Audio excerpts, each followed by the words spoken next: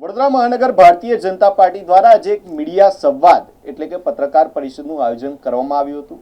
વડાપ્રધાનના 12 વર્ષ શાસનકાળના 12 વર્ષ પૂર્ણ થવાના અવસરે આ મીડિયા સંવાદ યોજાયો હોય, જેમાં વડાપ્રધાન નરેન્દ્ર મોદીની સિદ્ધિઓને રજૂ કરવામાં આવી હતી। વડાપ્રધાન નરેન્દ્ર મોદીજીના 12 વર્ષના જનસેવા, સુશાસન અને જનકલ્યાણના કાર્યકાળને ધ્યાનમાં રાખીને આ કાર્યક્રમ યોજાયો હતો। કાર્યક્રમનું આયોજન વડોદરા મહાનગર ભારતીય જનતા પાર્ટીના અધ્યક્ષ ડોક્ટર જયપ્રકાશ સોનીની અધ્યક્ષતામાં કરવામાં આવ્યું હતું, જ્યારે વડોદરા લોકસભાના સાંસદ ડોક્ટર હેમાંગ જોશીની વિશેષ ઉપસ્થિતિ રહી હતી।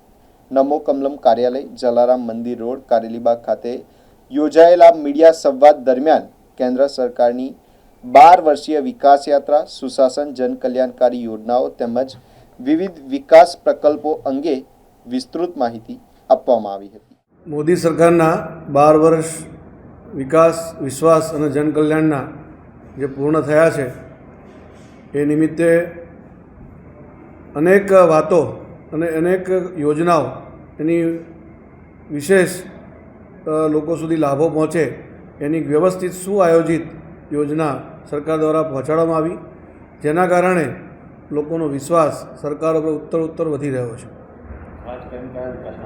ઘણા એવા કામો છે કે સીધા લોકોને સ્પર્શતા છે, જેવી રીતે PM આવાસ યોજના, જેમાં 4 કરોડથી વધુ લોકોને અત્યારે આવાસ મળી ચૂક્યા છે।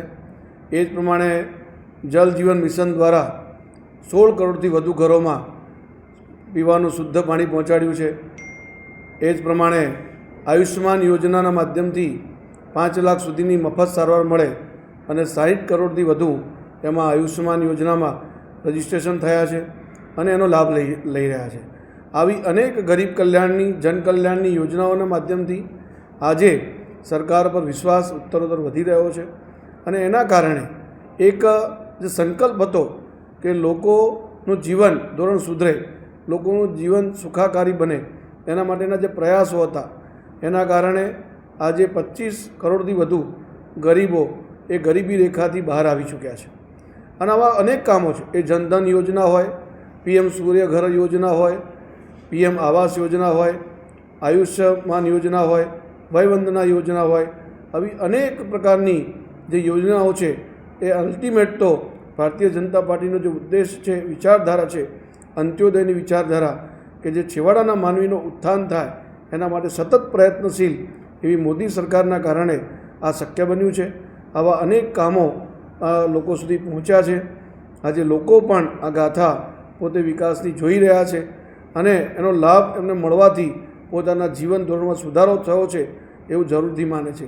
એક સામાન્ય ઉદાહરણ આપણે લઈએ કે એક મધ્યમ વર્ગનો માણસ જે પહેલાં 2 લાખ સુધી ટેક્સ મુક્તિ હતી, આજે 12.75 લાખ સુધી ટેક્સ મુક્તિ થઈ છે, તો એની બચત પણ એના કારણે થઈ રહી છે, એનો લાભ મળી રહ્યો છે। આવા અનેક કામો મોદી સરકાર દ્વારા કરવામાં આવ્યા છે અને એના કારણે આજે દેશમાં નાગરિકો સુખાકારીનો અનુભવ કરી રહ્યા છે।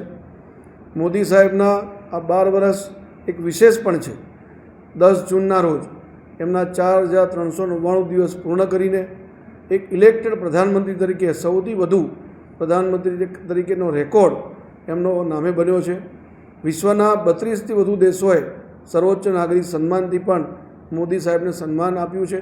મોદી સાહેબે આ સન્માન દેશના નાગરિકોનું સન્માન ગણાવ્યું છે, એટલે કે નાગરિકો આજે ગર્વથી પોતાનું માથું ઊંચું કરીને વિશ્વમાં પણ ક્યાંય પણ જાય તો ભારતીય તરીકે ઓળખા, એ પ્રકારની એક સરકારની જે નીતિઓ, સરકારના જે કામો, એના કારણે વિશ્વાસ લોકોનો વધ્યો છે, જનકલ્યાણના કામો થયા છે, વિકાસના કામો થયા છે। એ જ વાત છે। અસ્તુ।